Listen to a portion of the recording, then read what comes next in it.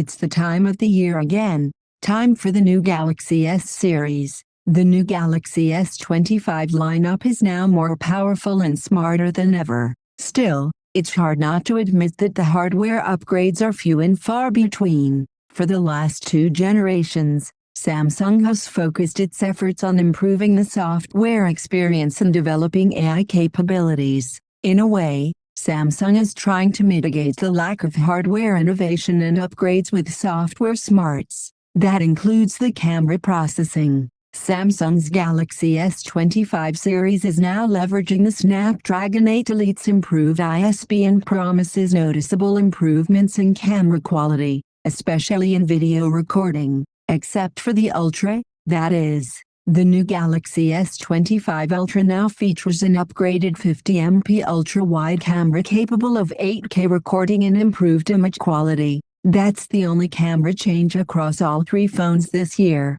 There are some welcome design changes as well. All 3 phones are now thinner and lighter. The S25 Ultra also gets thinner bezels and is now built around a slightly bigger 6.9-inch display without enlarging the footprint. Perhaps the biggest hardware upgrade with the Galaxy S25/S25 Plus is the new chipset. We are no longer getting Exynos models. The Snapdragon 8 Elite for Galaxy substantially improves performance and efficiency compared to its predecessor, the Snapdragon 8 Gen 3 for Galaxy. The overclocked chip offers the biggest generational improvement in a long time. In any case, Samsung would want you to focus on the new software smarts. The new One UI 7.0 overlay based on Android 15 is now equipped with better AI capabilities and brand new features too. The AI assistant is touted as much more personalized and actionable. Samsung's latest doesn't have much to offer if you don't care about AI.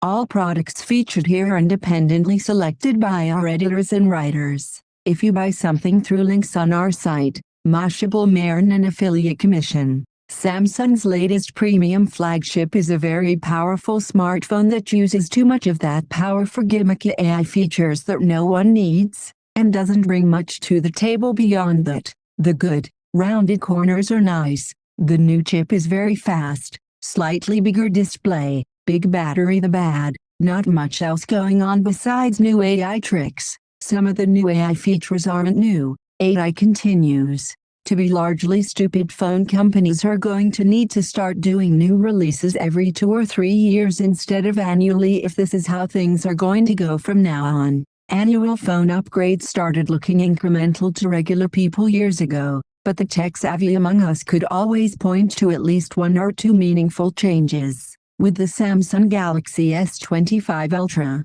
we might have finally passed the Rubicon where even I, a professional tech writer, can't muster a reason why anyone with a somewhat recent Android phone would need to upgrade to this device. The differences between last year's model and this one are so marginal as to almost not exist. Yes, the display is very slightly bigger, and there's a new chip inside that puts up nice scores and benchmarks, but much of that new processing power is devoted to AI applications that are mildly useful at best, gimmicky on average, and outright hostile to human creativity at worst. The Samsung Galaxy S25 Ultra is not a bad premium flagship by any means, but it's really difficult to think of a reason why you should buy one. Samsung Galaxy S25 Ultra, price and spec starting at a staggering $1,299, which, to be fair, is the same price as the Ultra model a year ago.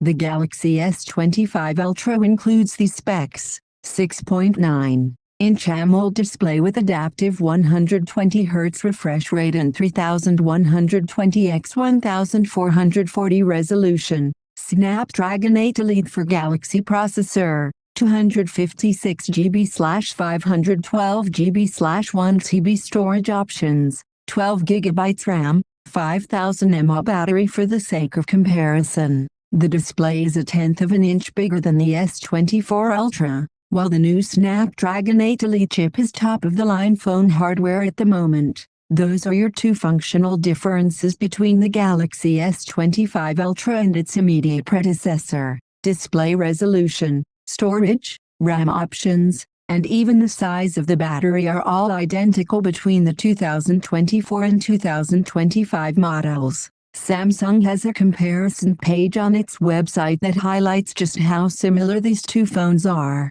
If you don't believe me, take a look for yourself. Samsung Galaxy S25 Ultra. Design. One of the bigger differences between S24 Ultra and S25 Ultra is in its physical form factor.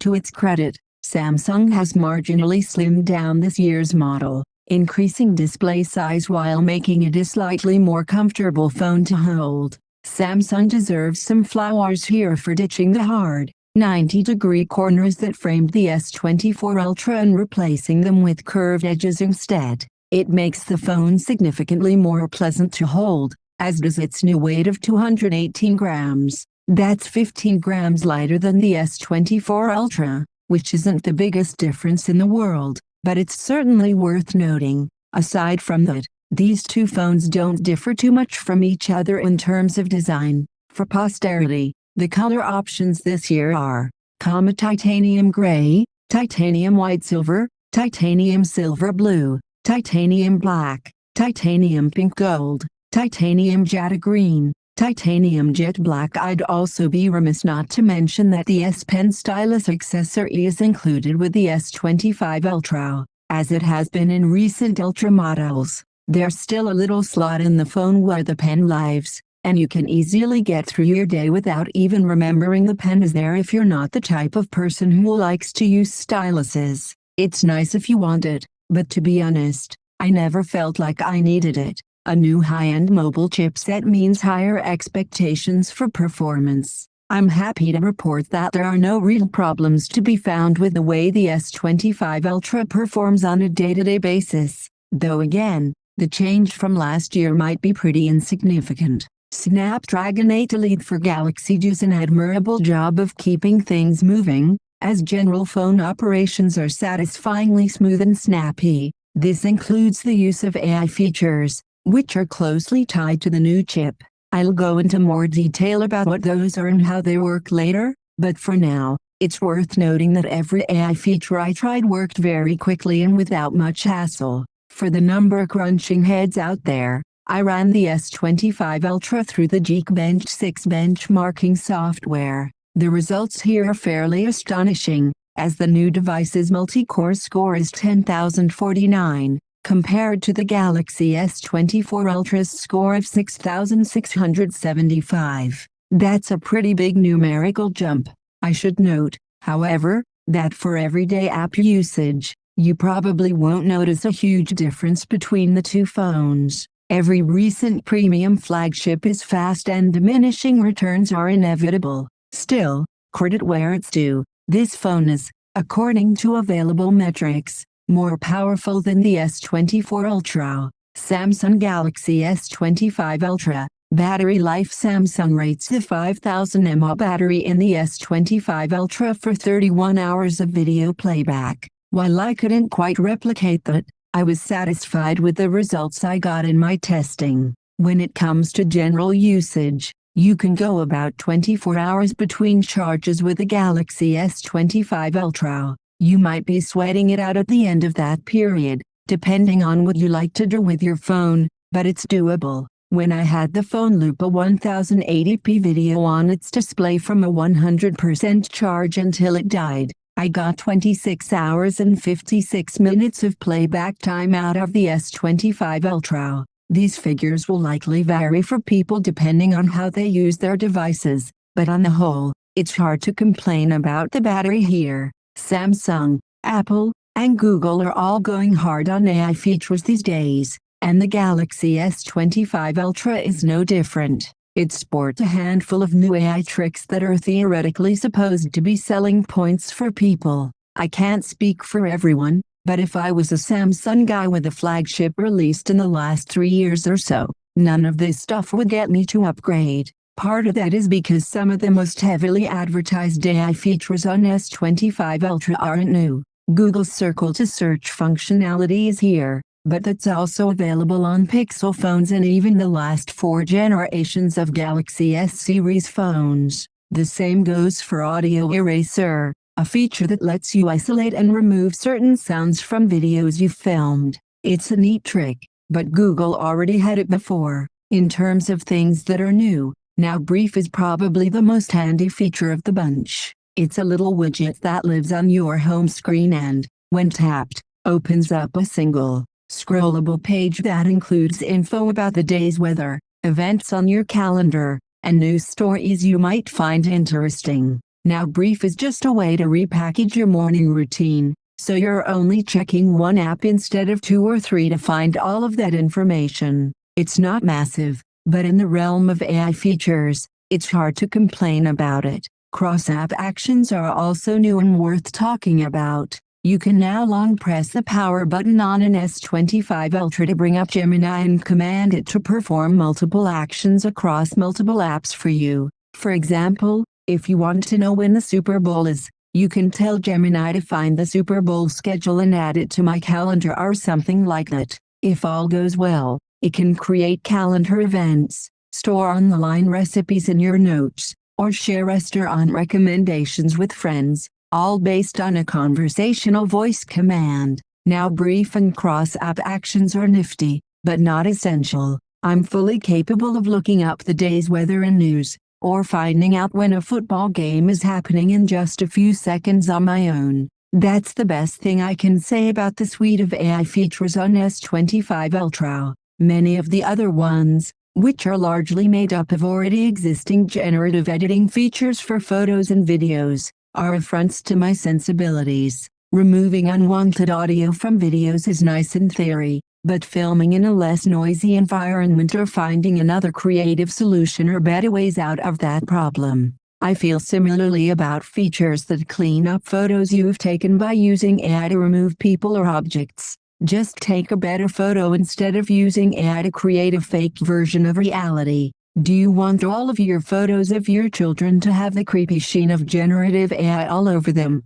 Would you like it if you found out someone was texting or emailing you messages that were heavily edited by AI? I don't and I wouldn't. To each their own, but as long as this stuff is the crux of every new phone release, I'm going to complain about it. Samsung Galaxy S25 Ultra. Cameras. The rear camera array represents the only other notable hardware difference between S25 Ultra and S24 Ultra. Namely, the ultra-wide lens has been upgraded from 12 MP a year ago to 50 MP this year. Aside from that, everything else is the same. A 200 MP wide lens, 50 MP telephoto lens, and 12 MP selfie camera. I didn't have an S24 Ultra on hand for direct comparisons, but the new ultra-wide lens does produce nice, colorful, sharp shots. Portrait mode's bokeh effect is as pleasing to the eye as ever. While the telephoto zoom hasn't been significantly altered this year,